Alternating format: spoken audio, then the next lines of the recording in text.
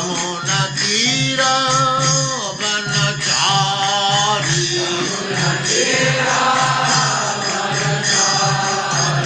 यमुना तीरा वनचारी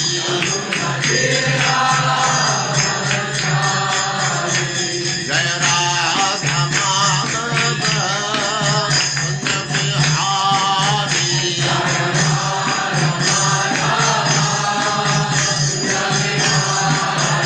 जय राधा माधव कुंज बिहारी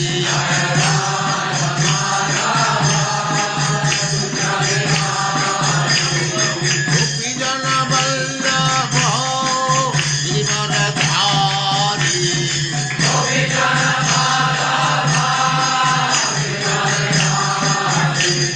गोपी जन वल्लभ गिरिवरधारी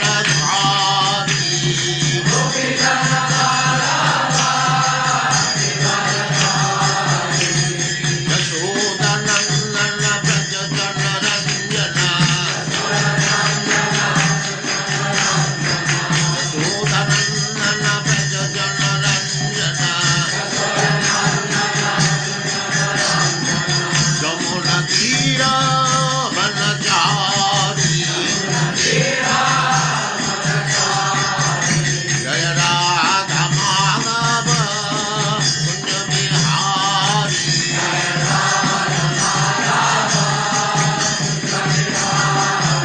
जय राधा माधव कुंज बिहारी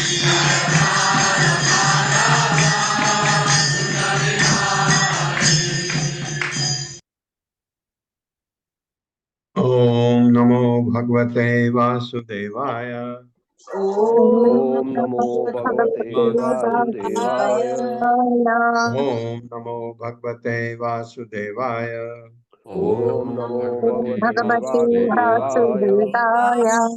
ओम नमो भगवते वासुदेवाय ओम नमो नमो भगवते भगवते वासुदेवाय। वासुदेवाय। नारायणं नमस्कृत्य नारायणं नमस्कृत्य नरं चैव नरोत्तमं नरं चैव नरोत्तमं देवीं सरस्वतीं व्यासं देवीं सरस्वतीं व्यासं ततो जयमुदीरये ततो मुदीरये। अष्टप्रायेषु भद्रेषु अष्टप्रायेषु भद्रेषु नित्यं भागवत सेवया नित्यं भगवति भागवत सेवया भगवते उत्तमा श्लोके भगवती उत्तमश्लोके श्लोके भक्तिर्भवति नैष्टिकी। भक्तिर्भवति भक्तिर्भवति नैष्ठिकी। हरे कृष्ण। आप सबका स्वागत है। हरे कृष्ण प्रभु जी, संगत प्रणाम। दंडवत प्रणाम। अब परीक्षित महाराज शुकमुनि को बता रहे हैं कि आपने ये बताया, ये बताया, ये भी बताया, अब ये भी बता दो, ऐसा आएगा। श्री परीक्षित उवाच निर्वृत्ति मार्ग कथित आदौ भगवता यथा क्रम योग उपलब्धेन ब्रह्मणा यद संस्कृति। मेरे साथ श्री परीक्षित उवाच श्री परीक्षितुवाच निवृत्ति मार्ग कथित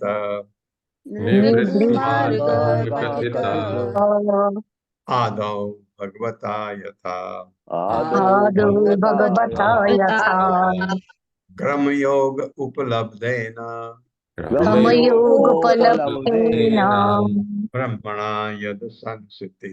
ब्रह्मणा यद संस्कृतिः। शब्दार्थ है श्री परीक्षित वाचक महाराज परीक्षित ने कहा निवृत्ति मार्ग, मुक्ति का मार्ग। दूसरा क्या है हमारा? ये इंद्र तृप्ति का मार्ग, प्रवृत्ति मार्ग। कथितः वर्णन किया गया आदौ प्रारंभ में भगवता आपके द्वारा यथा भली भांति क्रमशः योग उपलब्धेन योग विधि द्वारा प्राप्त ब्रह्मणा ब्रह्मा के साथ ब्रह्मलोक पहुंचने के बाद यत जिस विधि से असंस्कृति ही जन्म तथा मृत्यु के चक्कर का अंत, ये बताया आपने, ऐसा बता रहे। मेरे साथ पढ़िए। महाराज परीक्षित ने कहा महाराज महाराज परीक्षित ने परीक्षित ने कहा, कहा, हे प्रभु, हे हे प्रभु, हे सुखदेव गोस्वामी, हे हे सुखदेव गोस्वामी, आप पहले ही आप पहले ही द्वितीय स्कंद में द्वितीय स्कंद में मुक्ति मार्ग मुक्ति मार्ग यानी निवृत्ति मार्ग का वर्णन कर चुके हैं। यानी निवृत्ति मार्ग का वर्णन कर चुके हैं। उस मार्ग का अनुसरण करने से उस मार्ग का अनुसरण करने से मनुष्य निश्चित रूप से मनुष्य निश्चित रूप से क्रमशः सर्वोच्च लोक अर्थात ब्रह्म लोक तक ऊपर उठ जाता है, लोक तक ऊपर उठ जाता है, जहाँ से वह ब्रह्मा के साथ साथ ब्रह्मा के साथ साथ आध्यात्मिक जगत यानी वैकुंठ जाता है। यानी वैकुंठ जाता है। इस तरह भौतिक जगत में इस तरह भौतिक जगत में जन्म मृत्यु का चक्र समाप्त हो जाता है। जन्म मृत्यु का चक्र समाप्त हो जाता है। हाँ, आपको लग रहा होगा ये क्या बीच में बोल दिया, क्योंकि भक्ति करने से आप सीधे वैकुंठ जाते हैं। नहीं, कुछ लोग उच्च लोक को जाना चाहते हैं। ऐसा नहीं कि वो वैकुंठ नहीं जाना चाहते, उच्च लोक होते हुए ऐसा माना जाता है कि जब इनकी ब्रह्मा जी की उम्र पूरी हो जाती, ब्रह्मलोक का और सत्यलोक एक ही बात है, तो कुछ लोग महरलोक, जनलोक, तपलोक और ब्रह्मलोक, ब्रह्मा के लोक तक पहुंचते हैं जहां नारद भी रहते हैं। और जब ब्रह्मा जी, ऐसा माना जाता है कि उनकी उम्र पूरे होने के बाद इतना भगवान का काम किया है उन्होंने श्रद्धा से, तो वैकुंठ जाएंगे। उनके साथ जाने के कुछ लोग इच्छुक होते हैं। तो ऊपर लोक में जो ये पहले वर्णन हुआ है, तात्पर्य माता जी। हरे कृष्ण पल्लवी माता जी। हरे कृष्ण माता जी, हरे कृष्ण प्रभु जी। तात्पर्य श्रील प्रभुपाद जी द्वारा श्रील प्रभुपाद जी की जय।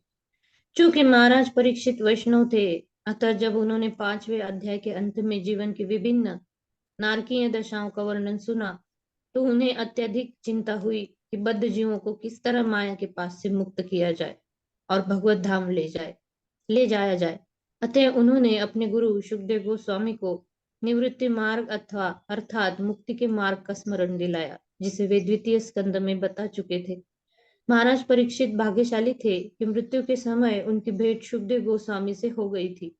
अतः उन्होंने उनसे इस संकट के काल में मुक्ति मार्ग के विषय में पूछा। सुखदेव गोस्वामी ने उनके इस प्रश्न की बुरी बुरी प्रशंसा की तथा यह कहते हुए उन्हें बधाई दी। वर्यान एष ते प्रश्नः कृतो लोकहितं नृप आत्मवित्सन्मतः पुंसाम श्रोतव्यादिषु यः परः। हे राजन, तुम्हारा प्रश्न श्रेष्ठ है, क्योंकि ये सभी तरह के लोगों के लिए अति कल्याणकारी है। इस प्रश्न का उत्तर श्रवण का मुख्य विषय है और समस्त योगियों द्वारा अनुमोदित है। श्रीमद् भागवत 2.1.3।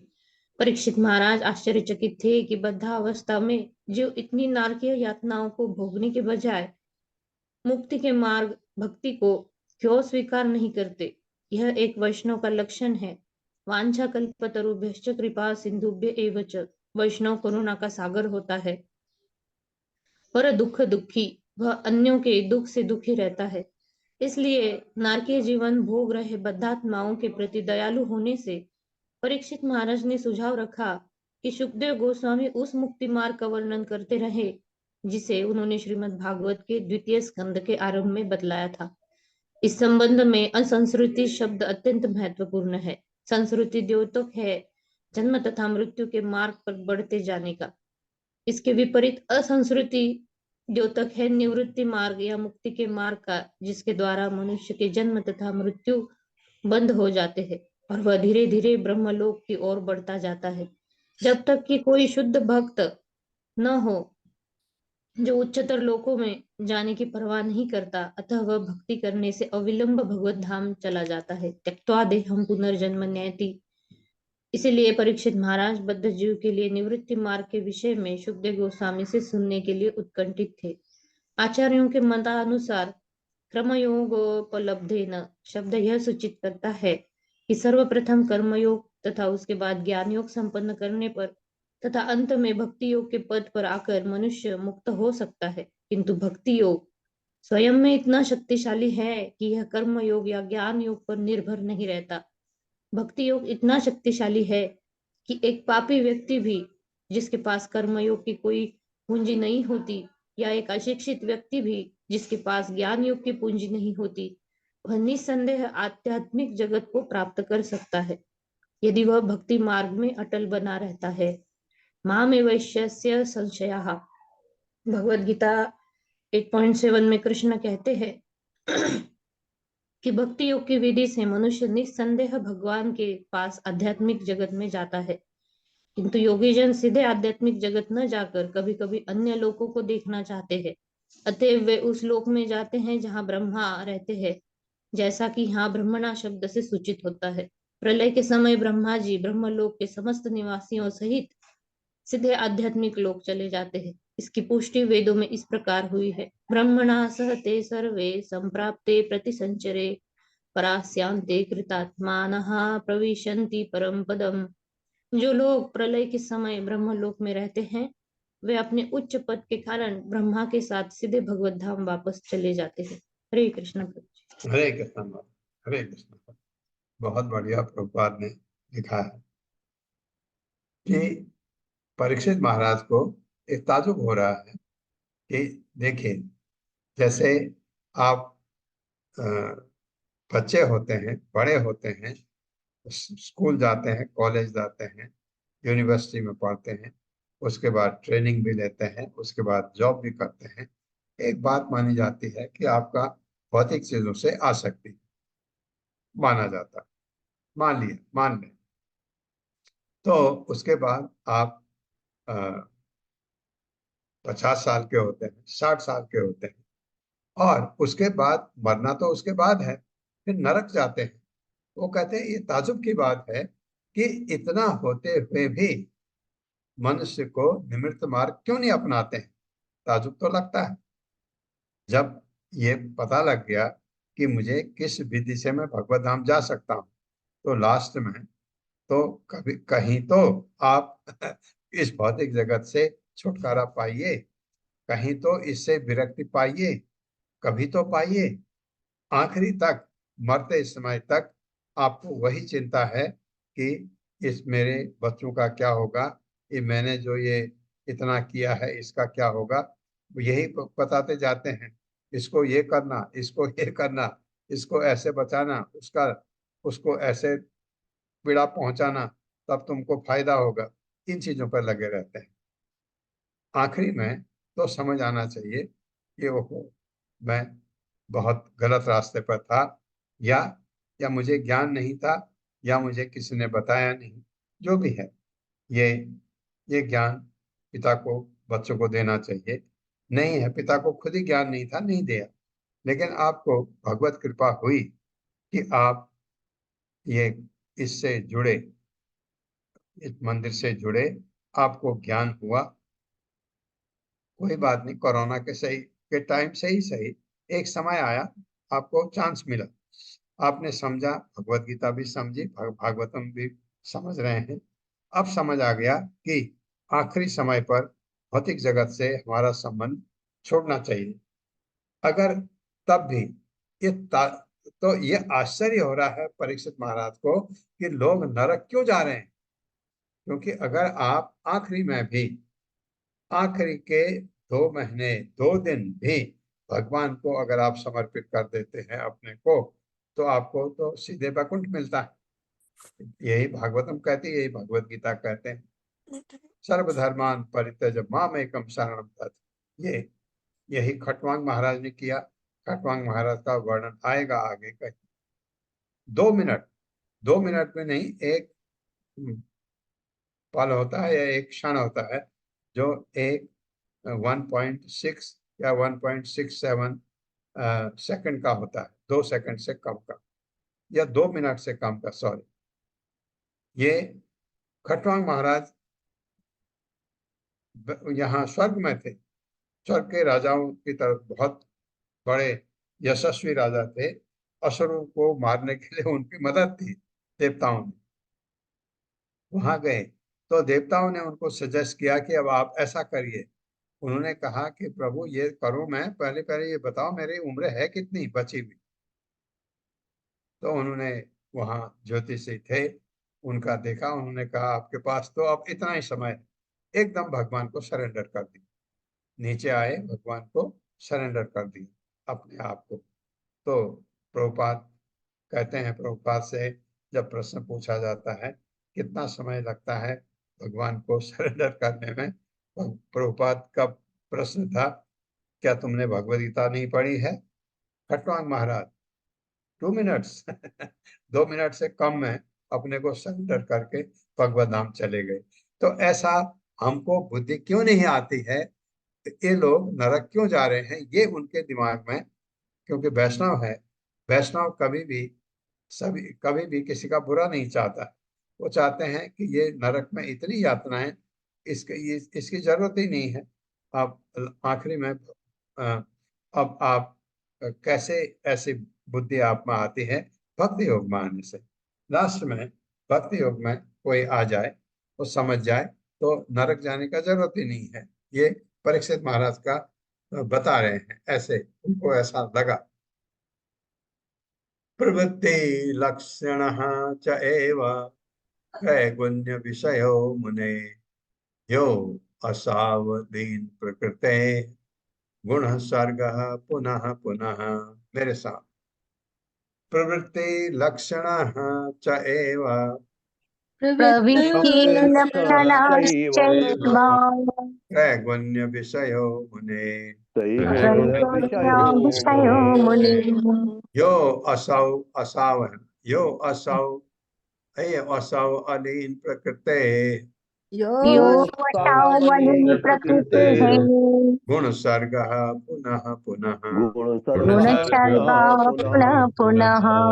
शब्दार्थ है प्रवृत्ति, काव से, लक्षण लक्षित, या च एव निसंदेह, त्रैगुण्य प्रकृति के 3 गुण, विषय विषयों के रूप में, मुने हे मुनि, यह जो असौ वह अलीन प्रकृति, जो माया के पास से मुक्त नहीं हो सकता उसका, गुण सर्ग, जिसमें भौतिक शरीरों की सृष्टि होती है, पुनः पुनः बारंबार। हाँ, सही बात है। मेरे साथ पढ़े, हे मुनि सुखदेव गोस्वामी, हे मुनि सुखदेव गोस्वामी, जब तक जीव प्रकृति के जब तक भी प्रकृति के भौतिक गुणों के संक्रमण से भौतिक गुणों के संक्रमण से मुक्त नहीं हो लेता, मुक्त नहीं हो लेता, वह विभिन्न प्रकार के शरीर प्राप्त करता है, वो विभिन्न प्रकार के शरीर प्राप्त करता है, जिनमें वह आनंद या कष्ट पाता है। जिनमें वो आनंद या कष्ट पाता है। हाँ, और शरीर के अनुसार उसमें विविध अभिरुचियां होती हैं, उसमें विविध अभिरुचियां होती हैं। इन अभिरुचियों का अनुसरण करने से इन अभिरुचियों का अनुसरण करने से वह प्रवृत्ति मार्ग से होकर गुजरता है। वो प्रवृत्ति मार्ग से होकर गुजरता है। हाँ, क्योंकि इच्छाएं इतनी हैं, वो इच्छाओं को पूरी करने के लिए आपका प्रवृत्ति मार्ग है, इंद्र तृप्ति का मार्ग, जिससे वह स्वर्ग लोक तक ऊपर जा सकता है। जैसा कि आपने पहले तृतीय स्कंद में वर्णन कर चुके हैं।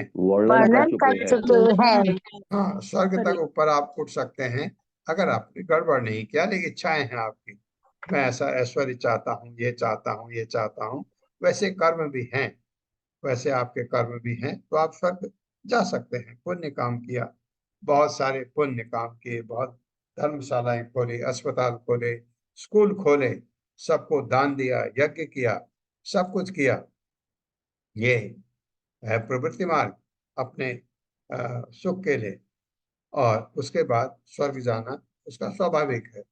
ये कह रहे हैं, ये आपने बताया ऐसा। तात्पर्य माता जी।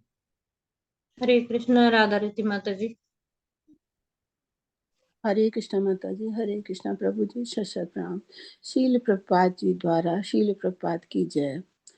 तात्पर्य भगवद गीता 9.25 में भगवान कृष्ण बतलाते हैं, यान्ति देवव्रता देवान् पितॄन् यान्ति पितृव्रता भूतानि यान्ति भूतेज्या यान्ति मद्याजिनोऽपि माम्। जो लोग देवताओं की पूजा करते हैं वे देवताओं के बीच जन्म लेते हैं, जो लोग भूत प्रेतों की पूजा करते हैं वे उन्हीं के बीच जन्म लेते हैं, जो लोग पितरों की पूजा करते हैं वे पितरों के पास जाते हैं, और जो लोग मेरी पूजा करते हैं वे मेरे साथ निवास करते हैं। प्रकृति के विभिन्न गुणों के प्रभाव के कारण जीवों में नाना प्रकार की प्रवृत्तियां या लालसाएं पाई जाती हैं। इसीलिए वे विविध गंतव्यों को प्राप्त होने के योग्य होते हैं। जब तक मनुष्य भौतिक रूप से आसक्त रहता है तब तक वो भौतिक जगत के प्रति आकर्षण के फलस्वरूप स्वर्ग लोक तक ऊपर उठना चाहता है। किंतु पूर्ण पुरुषोत्तम भगवान घोषणा करते हैं, जो लोग मेरी पूजा करते हैं वे मेरे पास आते हैं। यदि किसी को परम भगवान तथा उनके धाम के विषय में जानकारी नहीं होती तो वो केवल उच्च भौतिक स्तर तक ऊपर उठना चाहता है, किंतु जब वो इस निष्कर्ष पर पहुंचता है कि इस जगत में बारंबार जन्म मृत्यु के अतिरिक्त कुछ भी नहीं है तो वो भगवत धाम वापस जाने की कोशिश करता है। यदि वो इस गंतव्य को पा लेता है तो फिर उसे इस भौतिक जगत में वापस आने की आवश्यकता नहीं रह जाती है। यद्गत्वा निवर्तन्ते यत्त्वाम परमं मम। चैतन्य चरितामृत मध्य 19.151 में श्री चैतन्य महाप्रभु कहते हैं, ब्रह्मांड भ्रमिते को न भाग्यवान जीव गुरु कृष्ण प्रसादे पाए भक्ति लता बीज। सारे जीव अपने अपने कर्मों के अनुसार सारे ब्रह्मांड में भ्रमण करते रहते हैं। उनमें से कुछ उच्च लोकों को जाते हैं तो कुछ अधो लोकों को प्राप्त होते हैं। ऐसे करोड़ों भ्रमण कर रहे जीवों में से जो अति भाग्यशाली होता है उसे कृष्ण कृपा से प्रामाणिक गुरु की संगत का सुअवसर प्राप्त होता है। ऐसा व्यक्ति कृष्ण तथा गुरु दोनों की ही कृपा से भक्ति रूपी लता का बीज प्राप्त करता है। सारे जीव ब्रह्मांड भर में भ्रमण कर रहे हैं। कभी वे उच्चतर लोकों को जाते हैं, कभी निम्न लोकों को प्राप्त होते हैं। ये भवरोग है जो प्रवृत्ति मार्ग कहलाता है। जब मनुष्य बुद्धिमान बन जाता है तो वो निवृत्ति मार्ग को ग्रहण करता है और तब वो इस भौतिक जगत में भ्रमण करने के बजाय भगवत धाम को वापस जाना चाहता है। यही अनिवार्य है। हरे कृष्ण प्रभु जी। हरे शत कृष्ण। बहुत अच्छा तात्पर्य। प्रवृत्ति मार्ग हमको कभी भी ये जन्म मृत्यु जरा व्याधि से इस चक्कर से नहीं छुड़ा सकता, और ये हमको छोड़ना ही पड़ेगा। अगर हमको भगवत धाम जाना है तो हमको निमित्त मार्ग चाहिए कि जिसमें अपने लिए नहीं भगवान के सुख के लिए हम कामना करें, प्रयास करें। और प्रवृत्ति मार्ग अपने सुख के लिए हम चाहते हैं ये हो जाए, हम स्वर्ग तक चले जाएं, वहां का सुख भोग करें। सुख भोग है यहाँ भी, आप समझते हैं बहुत जगह आपको भौतिक जगत में कुछ जगह ऐसी हैं जहाँ आपको इतने सुख मिलते हैं तो आप सोचते हैं वहाँ रहना अच्छा है, लेकिन जन्म मृत्यु जरा व्याधि वहां भी आपको नहीं छोड़ती है, रोग वहां भी नहीं छोड़ते हैं, बुढ़ापा वहां भी नहीं छोड़ता है। इस सब से छुट्टी पाने का एक ही मार्ग है, निवृत्ति मार्ग। निवृत्ति मार्ग में आपको ये एक बार इस भौतिक जगत से आकर्षण छोड़ना पड़ेगा और वो आकर्षण पलट के भगवान की तरफ अगर ये हो जाए हम में तो हम भगवत धाम आराम से जा सकते हैं। इतना सरल है तरीका कहने में, करने में थोड़ा मुश्किल है। क्यों? क्योंकि हम इस माया जगत में पैदा होते हैं, हमारी इतनी आसक्ति होती है चीजों से और अपने जनों से, जिनको हम स्वजन कहते हैं, परिजन कहते हैं, वो एक्चुअली एक्चुअली आपको अब समझ आता है, वो हमारे एक्चुअली अपने हैं ही नहीं। ये एक ऐसा है जैसे एक ड्रामा है, उसमें जितने कलाकार हैं एकत्रित होते हैं।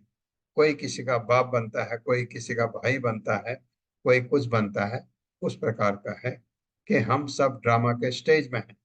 तो हमारे कोई माँ है, कोई बाप है, कोई ये है, ऐसे एक एक दिन उस स्टेज से उतरना पड़ेगा एक एक करके। तो ये चीज समझ आने लगती है। और कम से कम मैं ये कहता हूँ, कम से कम जब उम्र बढ़ जाती है तब लगाव कैसा, फिर लगाव नहीं होना चाहिए। कम से कम इतनी बुद्धि तो आनी चाहिए। ये परीक्षित महाराज समझते हैं, वो कह रहे हैं कि लोग नरक क्यों जाते हैं। ये इतना होते हुए, ये ज्ञान, ये जो बताया, ये होते हुए, ये तो भगवान ने वेद व्यास को कहा ग्रंथ लिखो ताकि लोग समझें, पढ़ें और अपने घर वापस आए। अधर्म लक्षणा नाना नरका च अनुवर्णिता मन्वंतरः च व्याख्यात आद्य स्वयंभुवो यतः। मेरे साथ पढ़िए। अधर्म लक्षणा नाना अधर्म अधर्म लक्षणानां नरका च अनुवर्णिता नरकाश्चयनुवर्णिताः मन्वंतरश्च व्याख्यात मन्वन्तरश्च व्याख्याता आद्य स्वयंभुवो यतः।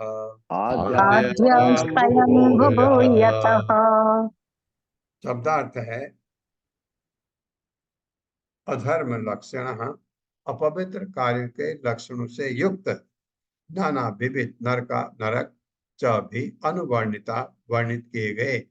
मनु अंतर, मनु का परिवर्तन, ब्रह्मा के एक दिन में 14 मनु होते हैं। च भी व्याख्यातः वर्णन किए गए। पता है आपने कहे आद्य आदि स्वयंभुव ब्रह्मा के पुत्र यतः, जिसमें आपने नारकी, मेरे साथ पढ़िए, आपने नारकी जीवन की आपने नारकीय जीवन की उन विविध योनियों का भी वर्णन उन विविध योनियों का भी वर्णन पंचम स्कंद के अंत में किया है। पंचम स्कंद के अंत में किया है। जो पाप कार्य के फलित हैं जो पाप कार्यों से फलित है। और आपने प्रथम मनवंतर का वर्णन अपने प्रथम मनवंतर का वर्णन चतुर्थ स्कंद में किया है। चतुर्थ स्कंद में किया है, जिसकी अध्यक्षता जिसकी अध्यक्षता ब्रह्मा के पुत्र के पुत्र स्वयंभू मनु ने की थी। स्वयंभू मनु ने की थी। हाँ, स्वयंभू मनु का वर्णन आया चौथे अध्याय, चौथे स्कंद में। उनके पुत्र, उनकी पुत्रियों, उनका वर्णन आया, सब उनका वर्णन किया चौथे स्कंद में। ये बता रहे हैं, ये कह रहे हैं आपने इतनी कृपा की, शुकमुनि को कह रहे हैं। अब क्या बताएं, इसमें लिखा है प्रिय व्रत उत्तान पदो वंशः तच्चरितानि च द्वीप वर्ष समुद्र अद्रि नदी उद्यान वनस्पति धरा मंडल संस्थानम भाग लक्षण मानतः ज्योतिषाम विवराणाम चौक बोलना पड़ता है चौको नहीं छोड़ सकते। ज्योतिषाम विवराणाम च यथा इदम असृजत विभु। मेरे साथ पढ़िए। प्रिय व्रत उत्तान पदो वंशः चरितानि च वंशस्तच्चरितानि च द्वीप वर्ष समुद्र अद्रि समुद्राद्रि अद्रि होता पर्वत। नदी उद्यान वनस्पति उद्यान वनस्पति धरा मंडल संस्थानम धरामण्डल संस्थानम् संस्थानम् भाग लक्षण लक्षण मानतः भागलक्षण मानतः ज्योतिषां विवराणां च ज्योतिषां विवराणं च यथा इदम् असृजत् विभुः। इदम् असृजत् विभुः। हाँ, यथेदम है, यथेदम भी पढ़ा जा सकता है। यथेदम असृजत् विभुः शब्दार्थ है प्रियव्रत, प्रियव्रत का उत्तान पदों तथा उत्तान पाद का। ये दो भाई थे और ये दो भाई थे। प्रियव्रत बड़े हैं, उत्तान पाद छोटे हैं। ये स्वयंभू मुनि के पुत्र हैं। वंशः कुल, तच्चरितानि उनके गुण, च भी द्वीप विभिन्न लोक, वर्ष भूभाग, समुद्र सागर, अद्रि पर्वत नदी नदियां उद्यान बाग बगीचे वनस्पति तथा वृक्ष, धरामंडल पृथ्वी, संस्थानम स्थिति को, भाग विभागों के अनुसार, लक्षण विभिन्न लक्षण, मानतः तथा मापें, ज्योतिषाम सूर्य तथा अन्य प्रकाश पिंडों का, विवरणाम निम्न लोकों का, च तथा यथा जिस तरह इदम यह असजत उत्पन्न किया विभु पूर्ण पुरुषोत्तम भगवान ने। मेरे साथ पढ़िए, हे प्रभु। हे प्रभु, हे प्रभु, ये परीक्षित महाराज सुखमणि को बोल रहे हैं। प्रभु, हे प्रभु, आपने हे प्रभु, आप राजा प्रियव्रत तथा राजा प्रियव्रत तथा उत्तानपाद के कुलों कुलों राजा उत्तानपाद के कुलों तथा गुणों का वर्णन किया है। गुणों का वर्णन किया है। ऐसा वर्णन किया है जो हमारे हृदय में बिल्कुल बैठा हुआ है। पूर्ण पुरुषोत्तम भगवान ने पूर्ण पुरुषोत्तम भगवान ने इस भौतिक जगत की रचना, भौतिक जगत की रचना, विभिन्न ब्रह्मांडों, विविध ब्रह्मांडों, लोकों, ग्रहों तथा नक्षत्रों, विविध भूभागों, समुद्रों, नदियों, उद्यानों तथा वृक्षों से की, जिनके लक्षण भिन्न भिन्न हैं, भिन्न है। ये इस तरह लोग लोग आकाश के प्रकाश पिंडों आकाश के प्रकाश पिंडों तथा अधोलोकों में विभाजित हैं। तथा अधोलोक में विभाजित है। आपने इन लोगों का तथा इनमें रहने वाले जीवों का बहुत ही स्पष्ट वर्णन किया है। बहुत ही स्पष्ट वर्णन किया है। हाँ, यहाँ तक तो अभी तक उनकी तारीफ ही हो रही है, आपने ऐसा ऐसा किया। अब बाद में इसको प्रश्न करेंगे उनको। अब ये भी बता दो, आपने इतना बताया है, ये भी बताया, ये भी बताया, ये भी बताया, अब प्रभु ये हमको ये भी बता दो। ये हमारे लिए इतनी कृपा कर रहे हैं परीक्षित महाराज। तात्पर्य माता जी। हरे कृष्णा। संतोष गुप्ता माता जी। हरे कृष्ण प्रभु जी, सादर प्रणाम। हरे कृष्ण सभी को। तात्पर्य श्रील प्रभुपाद जी की जय। श्रील प्रभुपाद जी के द्वारा यहाँ पर यथेदम असृजत विभु शब्दों से यह स्पष्ट रूप से लक्षित होता है कि सर्वशक्तिमान भगवान ने इस संपूर्ण भौतिक जगत की सृष्टि विविध प्रकार के लोकों, नक्षत्रों इत्यादि से की। नास्तिक लोग ईश्वर के हाथ को जो प्रत्येक सृष्टि में उपस्थित रहता है छिपाना चाहते हैं, किंतु वे इसकी व्याख्या नहीं कर सकते कि ये सारी सृष्टियां बिना किसी दक्ष बुद्धि तथा सर्वशक्तिमान बल के कैसे उत्पन्न हुई। केवल कल्पना करना या चिंतन करना समय का अपव्यय है। भगवत गीता में भगवान कहते हैं, अहम सर्वस्य प्रभवः, मैं हर वस्तु का उद्गम हूँ। मतः सर्व प्रवर्तते, सृष्टि में जो भी विद्यमान है वह मुझसे उद्भूत है। इति मत्वा भजन्ते माम बुधा भाव समान्विताः। जब मनुष्य पूरी तरह से यह समझ लेता है कि मैं अपनी सर्वशक्तिमता से हर वस्तु को उत्पन्न करता हूँ, तो वह भक्ति में दृढ़ हो जाता है और मेरे चरण कमलों में पूर्णतया समर्पण कर देता है। दुर्भाग्यवश अज्ञानी व्यक्ति कृष्ण की सर्वश्रेष्ठता को तुरंत नहीं समझ पाते। फिर भी यदि वे भक्तों की संगति करते हैं और प्रामाणिक पुस्तकें पढ़ते हैं तो वे धीरे धीरे सही ज्ञान को प्राप्त होते हैं। यद्यपि इसमें अनेकानेक जन्म लग सकते हैं, जैसा कि भगवद गीता में कृष्ण कहते हैं, बहूनां जन्मनामन्ते ज्ञानवान् मां प्रपद्यते वासुदेवः सर्वम् इति स महात्मा सुदुर्लभः।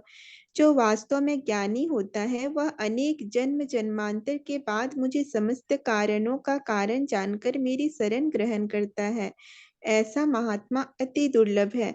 वासुदेव कृष्ण हर वस्तु के सृष्टा और उनकी शक्ति विविध प्रकारों से प्रदर्शित होती है। जैसा कि भगवत गीता में बताया गया है, जीव भौतिक शक्ति तथा आध्यात्मिक शक्ति का संयोग है और वह हर सृष्टि में पाया जाता है। अतः एक ही सिद्धांत सर्वोच्च चेतन आत्मा तथा भौतिक तत्वों का संयोग विराट जगत का कारण है। धन्यवाद माता जी। हरे कृष्ण प्रभु जी।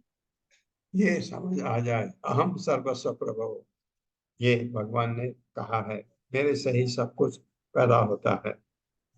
और जितने भी जीव हैं, मत्तः ज्ञानम स्मृति अपोहनम च, मैं ही देता हूँ सब ज्ञान स्मृति या विस्मृति। ये जब समझ आने लगता है तो ये समझ नहीं आता पहले मैं ही हूँ सब कुछ, ऐसा क्योंकि आपके शरीर में थोड़ा बल दे देते हैं भगवान। जब जवान होते हैं, शरीर में शक्ति आती है तो आदमी सोचता है हाँ मैं ही, ऐसा होता है। ये गलत नहीं, माया का प्रभाव भी है। और जब शरीर में ताकत होती है तो आप बहुत कुछ कर सकते हैं उस समय, ये भी बात सही है। लेकिन अगर सद्बुद्धि हो, ये भी समझ आए कि ये शक्ति मुझे दी किसने है, ये नहीं समझ आता उस समय। उस समय ये लगता है मैं ही हूँ, मैं ये चीज कर सकता हूँ, मैंने ये किया।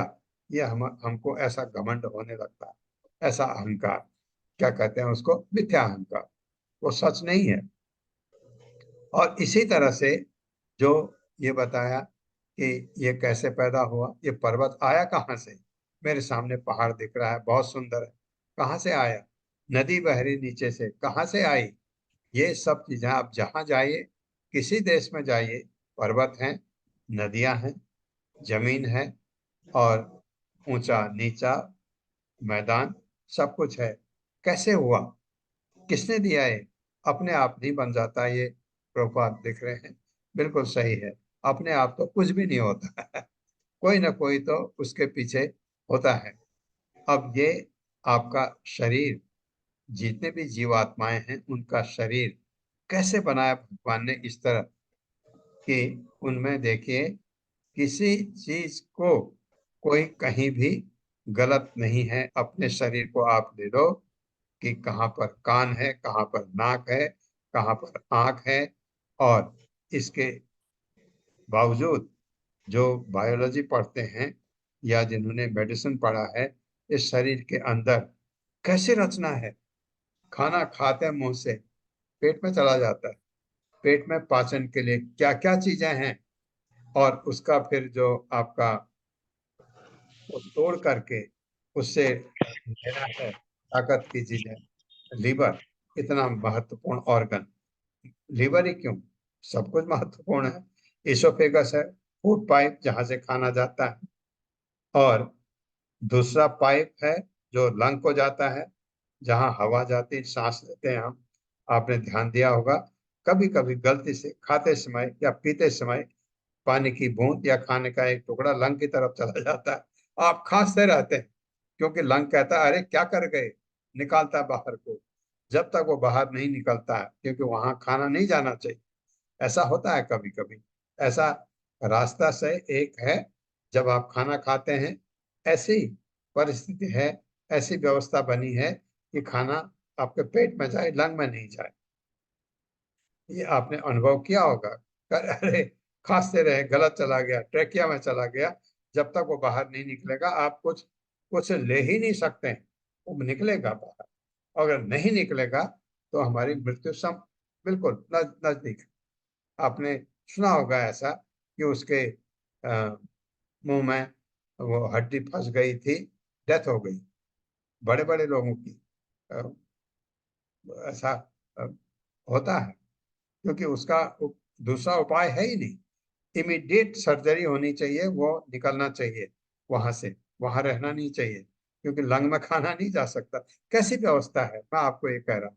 किसने बनाया है? अपने आप बन गया है?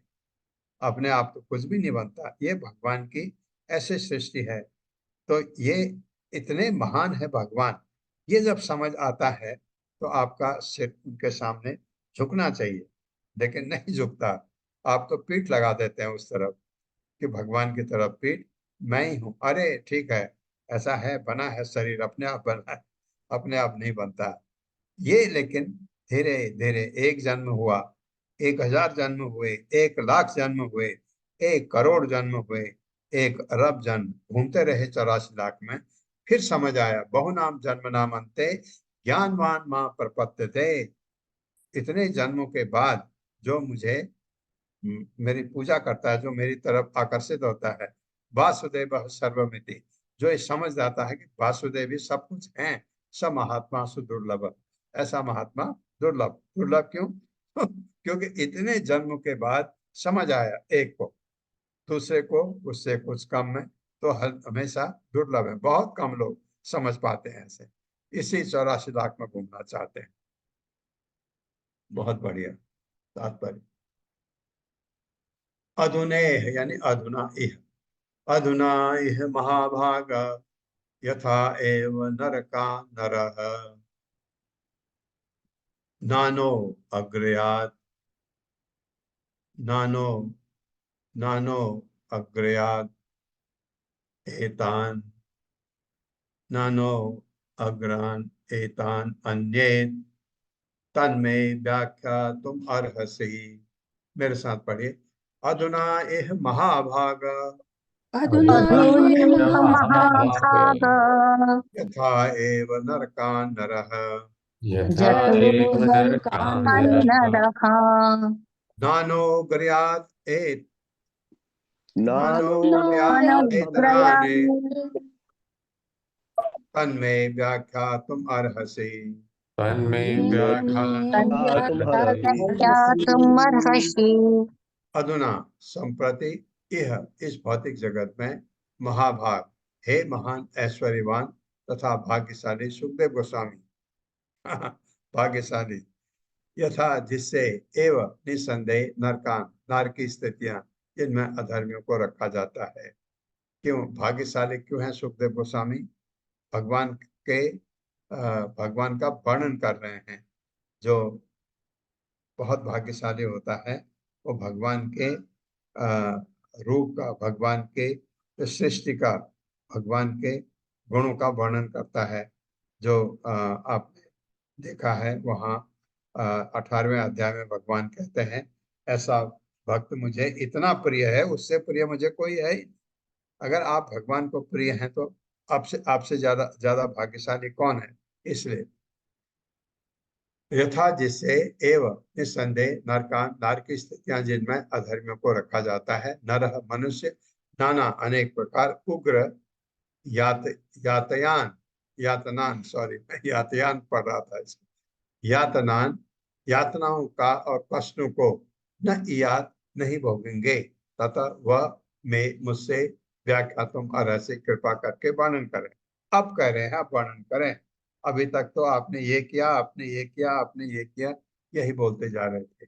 मेरे साथ पढ़िए।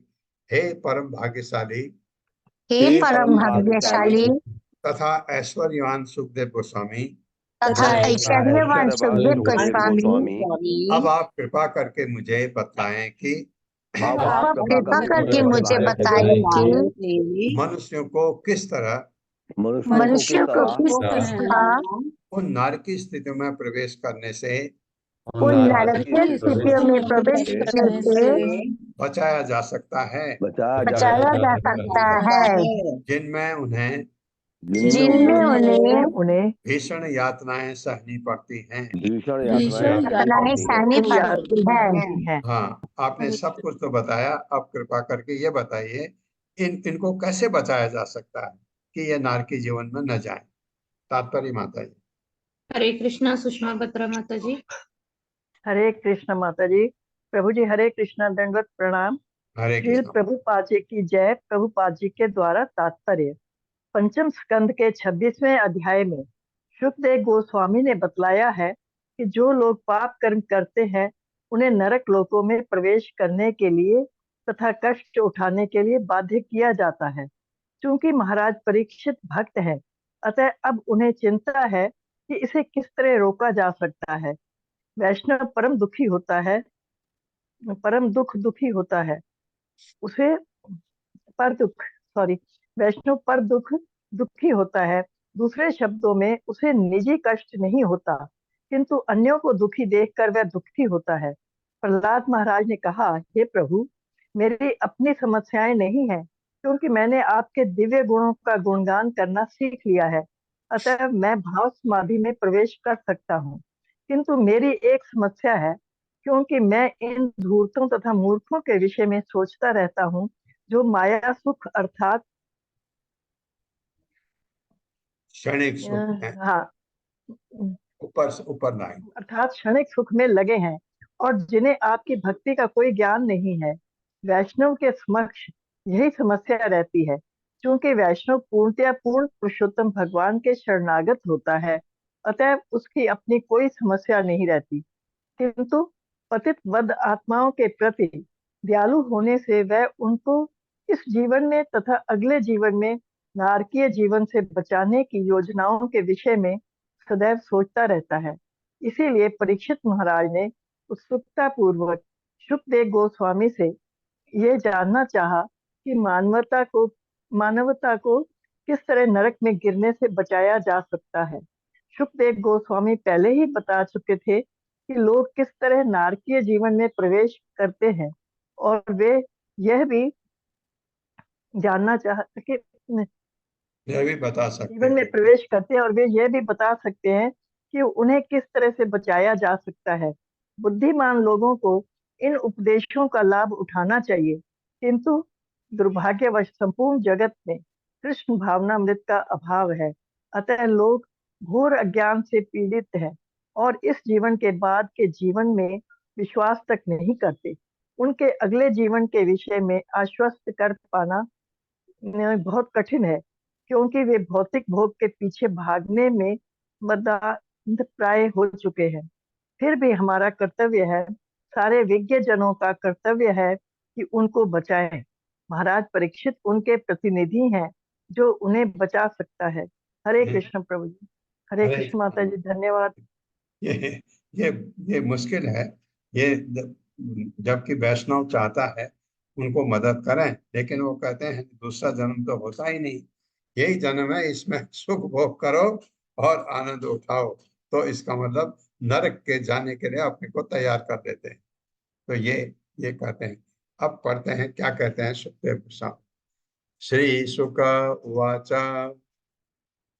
न चेद इहि वापचितं यथा यथा अन्हसः कृतस्य कुर्यान् मन उक्तपाणिभिः ध्रुवं स वै प्रेत्य नरकान् उपैति ये कीर्तिता मे भवतः तिग्मयातनाः।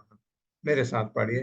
श्री शुक उवाच श्री शुक उवाच न चेद इहे एव आपचितं यथा अहंसः न न चेदैवापचितं यथा हंसः यथा अहमिषः यथा अन्हसः तथा अंहषः कृतस्य कुर्यान् मन उक्तपाणिभिः कृतस्य तस्य कुर्यान् कुर्यान् मनुक्तपाणिभिः मनुक्तपाणिभिः ध्रुवं स वै प्रेत्य नरकान् उपैति ध्रुवं स ध्रुवं वै स वै प्रेत्य नरकानुपैति प्रेतनरकानुपैति ये कीर्तिता मे भवतः तिग्मयातना। ये ये कीर्तितानि भवतः मया तिथिमयातनाः। शब्दार्थ है श्री शुक उवाच, श्री सुखदेव गोस्वामी ने कहा, न नहीं चेत यदि यह इस जीवन में एवं निश्चय ही अपचितम प्रतिकार या प्रायश्चित यथा भली भांति अनहसह कृतस्य, जब मनुष्य पाप कर्म कर चुका होता है, कुर्यात करता है, मना मन से, उक्त शब्दों से, पाणिनि तथा इंद्रियों से, ध्रुवम निश्चित रूप से, सह वह व्यक्ति वह निस्संदेह प्रति मृत्यु के पश्चात नरका नाना प्रकार के नरक की स्थितियां पति प्राप्त करता है। ये जो कीर्तिता पहले ही वर्णित की जा चुकी है, वे मेरे द्वारा भवतः तुमसे तिग्म यातना, जिनमें अति भीषण कष्ट है, जो हमने देखा है कितना कष्ट है।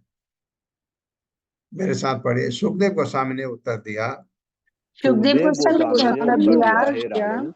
हे राजन, हे राजन, यदि मनुष्य अपनी अगली मृत्यु के पूर्व यदि यदि मनुष्य अपनी अगली मृत्यु के पूर्व इस जन्म में अपने मन, इस जन्म में अपने मन, वचन तथा शरीर से, वचन तथा शरीर से, हाँ ये याद रखे, मन से हो, वचन से हो या शरीर से किए गए पाप कर्मों का, किए गए पाप कर्मों का, मनुष्य संहिता तथा मनुष्य संहिता तथा अन्य धर्म शास्त्रों के विवरण के अनुसार, अन्य धर्मशास्त्रों के विवरण के अनुसार समुचित प्रायश्चित द्वारा समुचित प्रायश्चित द्वारा निराकरण नहीं कर लेता है तो निराकरण नहीं कर लेता है तो वह मृत्यु के बाद वो मृत्यु के बाद अवश्य ही नरक लोकों में प्रविष्ट होगा अवश्य ही नरक लोक में प्रविष्ट होगा और भीषण कष्ट उठाएगा, और भीषण कष्ट उठाएगा, जैसा कि मैं पहले ही कह चुका हूँ। जैसा कि मैं आपको पहले ही कह चुका हूँ। हाँ, ये देखिए, मरने से पहले अगर प्रायश्चित कर लिया, द्वारा निराकरण कर लेता है, तो आपके पास मरने से पहले तरीका क्या है? हमको करने का, पाप हमसे, गलतियां सबसे होती और ऐसे कर्म हमसे हो जाते हैं, नरक का रास्ता बिल्कुल साफ है हमारे लिए, बिल्कुल खुला हुआ है। तो तरीका क्या है? भक्ति में आ जाइए और भगवान को समर्पण करिए। अब तो भगवान को समर्पण कर लो इस उम्र में, अब जबकि आपने कुछ कंट्रीब्यूट नहीं करना है, यहाँ अभी यंग जवान है तो भी ये होना चाहिए, जवानी में तो भी आप कंट्रीब्यूट करते हैं, समाज को कुछ करते हैं, बुढ़ापे में तो आप समाज के लिए कुछ करते ही नहीं। तो आप तो समाज की सेवा चाहते हैं कि आपको कोई हाथ पकड़ के ले जा दे, कोई आपको खाना खिला दे, तो आप तो समाज के लिए बोझ है। ये उम्र ऐसी है, होती है बुढ़ापे की। अब तो भगवान को समर्पित कर दो, अब तो इन चीजों से हट जाओ। ये भी नहीं होता हमसे, लेकिन ये अगर हो जाए कि वृद्धावस्था में आप पूरी तरह से भगवान को समर्पित कर दें अपने को, तो आपका निराकरण हो जाता है। और उनका क्या है? अब उम्र तो देखिए, कोई कभी भी जा सकता है, कोई तो 22 साल में भी निकल जाते हैं, कोई 30 साल में, कोई 40 साल में। इसलिए ये गारंटी नहीं है कि आप कितने साल जिएंगे, कोई गारंटी नहीं है, क्योंकि हमको पता नहीं है कि हमारा जो प्रारब्ध है वो हमको क्या क्या करने वाला है। तो कभी होता है ना, अचानक आप सुनते हैं, अरे अभी तक तो कल तो हमारी बात भी हुई थी, उससे हुआ नहीं, उसकी डेथ हो गई। कभी किसी का एक्सीडेंट होता है, किसी का हार्ट अटैक होता है, किसी का ब्रेन स्ट्रोक पड़ता है, कुछ भी होता, तो पता नहीं है किसी का भी। इसलिए अब हमेशा भगवान से जुड़े रहना चाहिए। अगर भगवान से आप जुड़े रहें तो आप गलत काम कभी नहीं करते हैं, क्योंकि भगवान से जुड़ने पर पाप कर्म आप नहीं करते। ये इससे भगवान से जुड़ना बहुत बचपन से बहुत जरूरी है। तो ये क्योंकि आपके फिर आप रास्ता आपका बिल्कुल फर्क हो जाता है, और भगवान की तरफ पीठ लगाएं, रास्ता एकदम 180 डिग्री दूसरी तरफ चला जाता है। तात्पर्य माता जी। जी। हरे कृष्णा उर्मिला माता जी। हाँ जी। हरे कृष्णा प्रभु जी, हरे कृष्णा माता जी। श्रील प्रभुपाद की जय। तात्पर्य श्रील प्रभुपाद के चरणों में, श्रील प्रभुपाद के शब्दों में, सॉरी। श्रील विश्वनाथ चक्रवर्ती ठाकुर उल्लेख करते हैं कि यद्यपि महाराज परीक्षित शुद्ध भक्त थे, फिर भी सुखदेव गोस्वामी ने तुरंत ही भक्ति की शक्ति के विषय में उन्हें नहीं बतलाया, जैसा कि भगवत गीता के 14.26 में कहा गया है।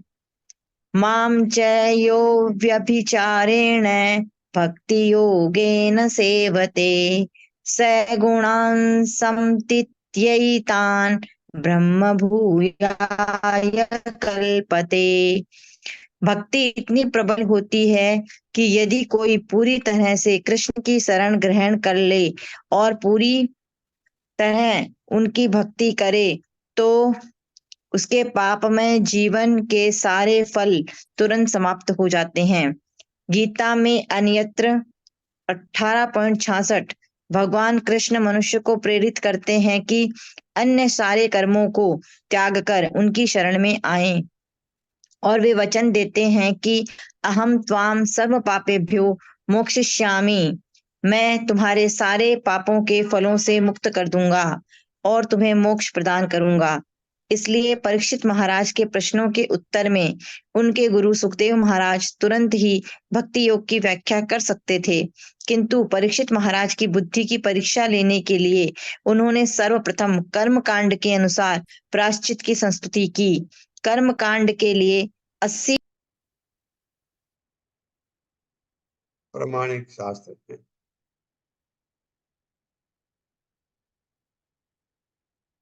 हरे कृष्णा। हरे कृष्णा माता जी। माता जी लेफ्ट हो गए शायद। हाँ, वो लट गया। जी। 80 प्रामाणिक शास्त्र है यथा मनु संहिता, जो धर्म शास्त्र कहलाते हैं।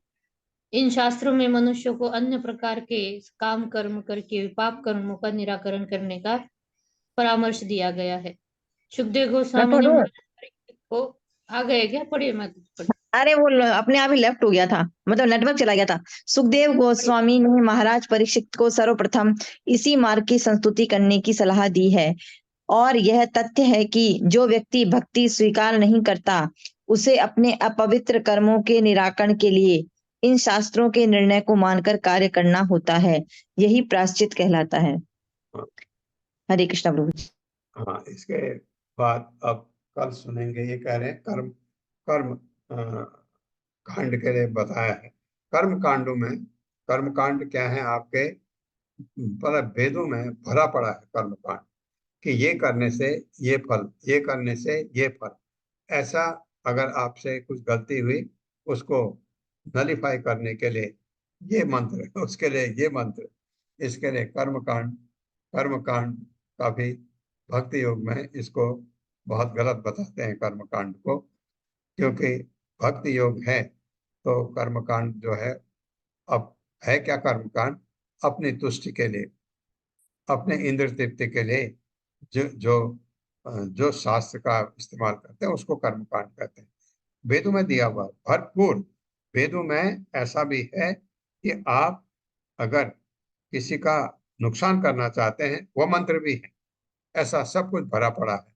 इसलिए कर्म कांड को अच्छा नहीं मानते हैं। विषय भांड करके कुछ बोला है, कर्म कांड ज्ञान कांड दोनों। तो सबसे बढ़िया है भक्ति योग। भक्ति योग से आप अपने को छुड़ा सकते हैं इन चीजों के लिए। ये आएगा, कल पढ़ेंगे, कल से। ओम अज्ञान तिमिरांधस्य ज्ञानांजन शलाकया चक्षुरुन्मिलितमेन तस्मै श्री गुरुवे नमः। नमः विष्णुपादाय कृष्णप्रेष्ठाय भूतले श्रीमते भक्ति वेदांत स्वामिनिति नामिने। नमस्ते सारस्वती देवे गौरवाणी प्रचारिणे निर्विशेष शून्यवादी पाश्चात्य तारिणे। जय हो श्री कृष्ण चैतन्य प्रभु नित्यानंद श्री अद्वैत गदाधर शिवासादि गौर भक्तवृंद। हरे कृष्णा कृष्ण कृष्णा हरे हरे, हरे राम राम राम हरे हरे। हर्षा माता जी, हरे कृष्णा हर्षा माता जी।